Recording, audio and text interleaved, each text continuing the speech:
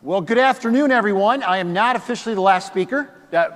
Bob's the last speaker, so he's the only person standing between you and a cocktail, I think, right? So, as the old saying goes.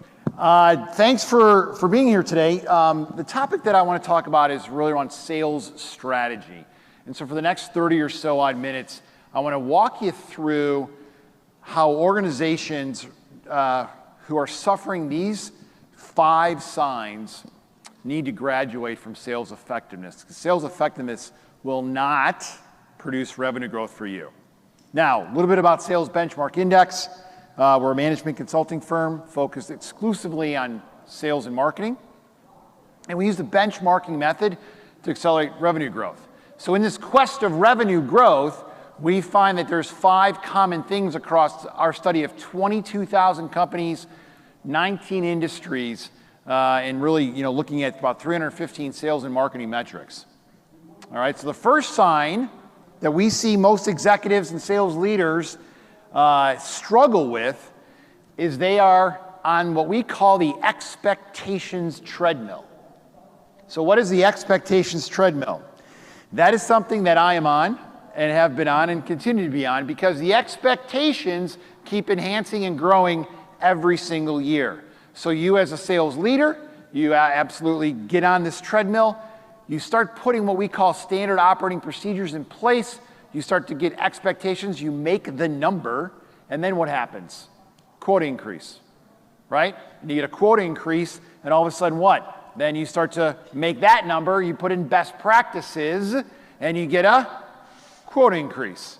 And it continues to go on and on and on. Guys, gone are the days of slow and steady growth, right? And once you see signs of success are visible, your investors, PE company, board of directors, public stock, whatever the investor is, private investor, is pushing expectations higher and higher. And this expectations treadmill, if you're on this is a sign that sales effectiveness is not working. You need something more than just focusing on sales and sales strategy. So let me give you a little example on what this is about. So a little math. Year 1, let's assume that your current revenue is $1 billion. The industry growth rate is 5%. And your investors expect obviously more than that, so they expect 8% growth. If you grew at 5% industry growth, which you should be able to do with sales effectiveness, you'll grow $630 million.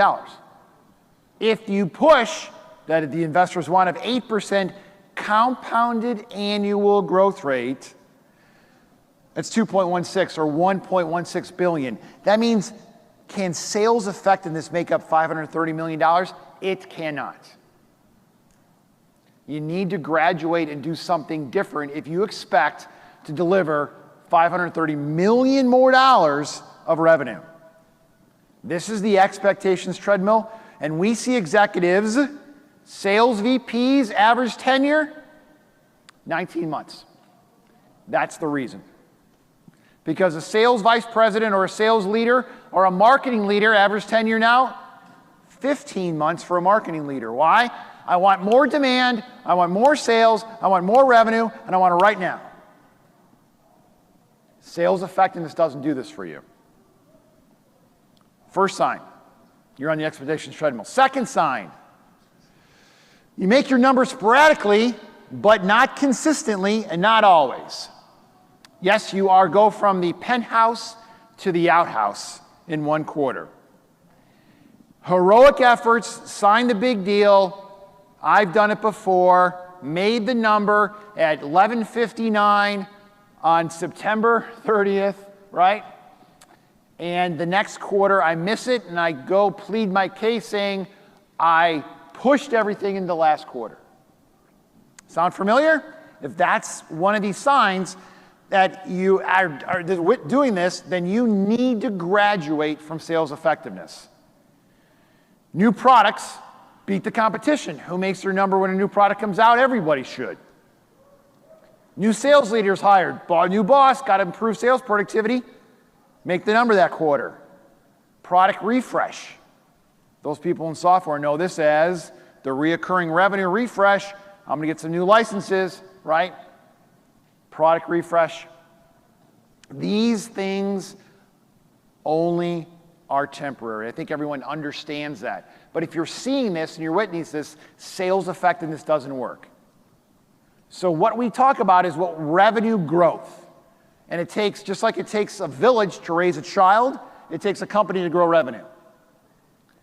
And we think about things in this context. Emerging best practice is a process methodology used by our top executives that actually causes accelerated revenue growth. Yes, you grow faster than your industry and faster than your competition. Best practice, everyone's doing it. So you are matching with your industry and competition, right?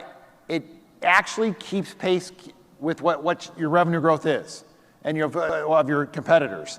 And then we think standard operating procedures, really, you're going to lose revenue if you don't have SOPs. So here's an example. A sales methodology is a standard operating procedure.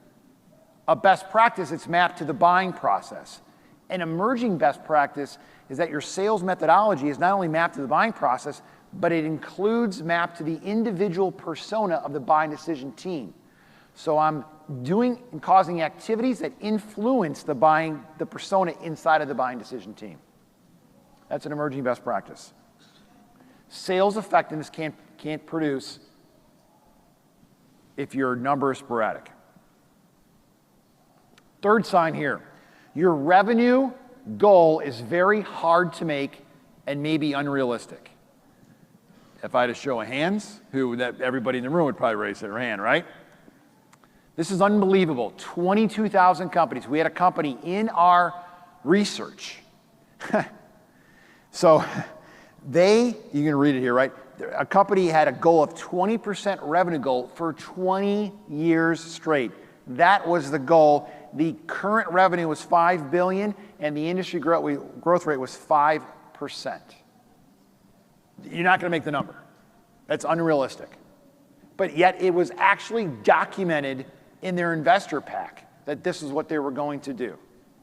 Unrealistic goals, and really, especially with market maturity, it's infeasible.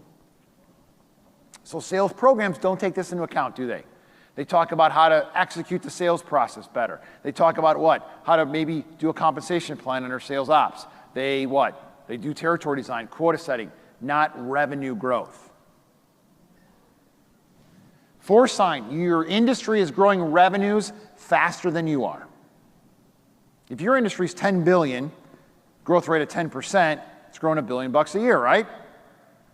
That's the growth available to the industry participants. Where are you growing? Ladies and gentlemen, if you do not know what your industry is growing, and not just your industry, but the geography you're in, I talk to sales managers about this all the time, you do not know what you're doing. You need to understand the industry growth rate in your geography and in your market. Sales effectiveness programs don't do this. And finally, a sign here that you need to graduate from sales effectiveness, your competitors are growing their revenues faster than you. And that can be locally or industry-wide.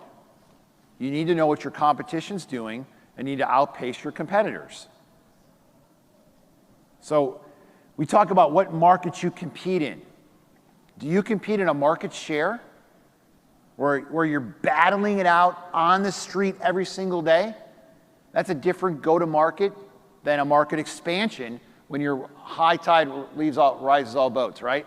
So a market share activity, it's about hunter salespeople, excellent salespeople to battle it out on the street. Whereas expansion is about grabbing activity. Think sales development reps. Okay? And there's another one on here called market exposure. When you're evangelicizing a product or a service, that's a different go-to-market. You need to understand how to go to market, even in your local area, to beat the competition. Sales effectiveness doesn't do this. So we think that the key here is a revenue growth methodology, right? and it grows revenue faster than the competitors and faster than the industry. And what does it do? It gets the functions of a company in alignment. So this slide, a lot of busy here, but this is a revenue growth methodology. Notice left to right in sequence, you've got a corporate strategy, a product strategy, a marketing strategy, and a sales strategy. Let me give you a real-life example of one of our customers. A large tech company that makes hardware. Their corporate strategy is product differentiation. We want to make a product better than the next guy. So what does the product guys do? We're going to do that. We're going to make a product better than our competition, and they invented a product that took 4 servers, IT servers, and made it to 1. Product differentiation. A lot of reasons why you would do that. The marketing strategy was to not market it as product differentiation, but as low price. Why buy 4 servers when you can buy 1? The sales guys didn't sell any of them because their compensation program paid them a number of servers sold. Completely out of alignment. And you sit back down, you're like, oh my gosh, how can that happen? It's when they're siloed, the companies don't talk to one another, they're concerned only about sales effectiveness, they're not concerned, or marketing effectiveness, they're not concerned about revenue growth. So these interlink all amongst one another. And what we found is the best companies, emerging best practices, those companies that grow faster than the industry and faster than the competition, implement a revenue growth methodology. There's 2 common things among all the strategies. Number 1, you've got to know your customers. Market research. What's the market segmentation? What's the account segmentation? And what's the buyer segmentation relative to the strategy? Second thing, equal parts talent and the performance conditions you put that talent in makes your number. A players, talent is number 1 theme throughout every single strategy. So when you think about talent and the people plan, you need to have great corporate leaders, you need to have great product leaders, you need to have great marketing people, and you got to have great salespeople, no doubt. It's interlaced in the revenue growth methodology. It allows you, and we've seen this, make your number every quarter, every year. This is the key to success that we feel is better than sales effectiveness because it focuses on each function, not just sales strategy. Here's the problem. The sales guy, the sales leader can't get it done by himself. And the marketing leader can't get it done by himself. It takes everyone in the company to do this. So case in point, $5 billion manufacturer of pumps, valves, and seals. The marketing leader led a charge on a revenue growth strategy, got fired last week. Why? Because the CEO didn't want to do it. It takes everyone in the company to grow revenue. And using a methodology that goes through in sequence how you actually compartmentalize this and build upon this is the key to revenue growth. This is a multi-year process. It takes years to get this done, but the best companies do it. If you're looking for the quick fix, if you're looking for very tactical things, sales effectiveness can get you the quarterly number, but it won't make your number year after year after year. And this is what we found in our 11 years of research. So it identifies hidden revenue opportunities, drives innovative channels, right? It harmonizes the functional strategies as they should be and launches new products successfully. And what does it do? It actually says your probability of obtaining the revenue growth objective will be increased. Your customer lifetime value will go up while your customer acquisition cost decreases, which in turn raises your sales rep productivity per head. Key benchmark, those people that are in cloud-based SaaS software should have a 3-to-1 lifetime value to customer acquisition cost ratio. In layman's terms, you get $3 in lifetime value for every dollar you spend to get that customer. If you're under that, you're losing money. If you're over that, you're not spending enough on sales and marketing. What it also does, it involves strategy and execution. The best leaders obviously develop strategy, but they know how to execute that strategy. Of the time spent In our consulting practice, 20% is done on solutions, 80% is done on execution. The best strategy or solution on the shelf is the worst one. Execution. So if you can't pull it off, don't be so complex with the strategy. Yeah, go back to SOPs, because you can't walk before you run. So I describe these just to give you some context before I leave the stage and get Bob on here about some numbers. The light bulb with the plus on it is an emerging best practice. Just a light bulb is best practice with the glow, and then obviously the one that's not glowing is standard operating procedure. So I'm going to show you some stats. When you implement these emerging best practices across the revenue growth methodology, 22,000 companies, 19 industries, we literally see acquisition costs go up for standard operating procedure and obviously decrease dramatically for emerging best practice. I was amazed at this. So SOP companies spend $1.02 to an emerging best practice company spend for the same dollar in revenue, 69 cents. You want to cut costs, this is the way to do it. Not whack heads. Lifetime value increases. Again, for a standard operating procedure, 97 cents you get for every lifetime value to $1.28. Amazing. I was surprised by these statistics. Productivity per sales rep increases. All our enablement people in here are enthused about this, right?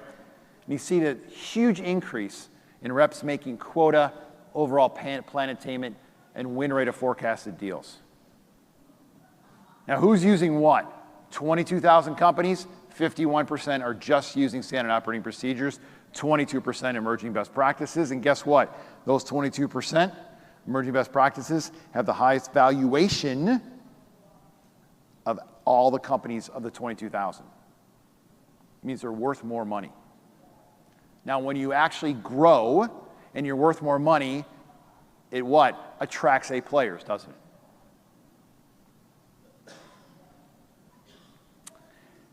So companies that are making the number of the 22,000 last year, the average was 55%.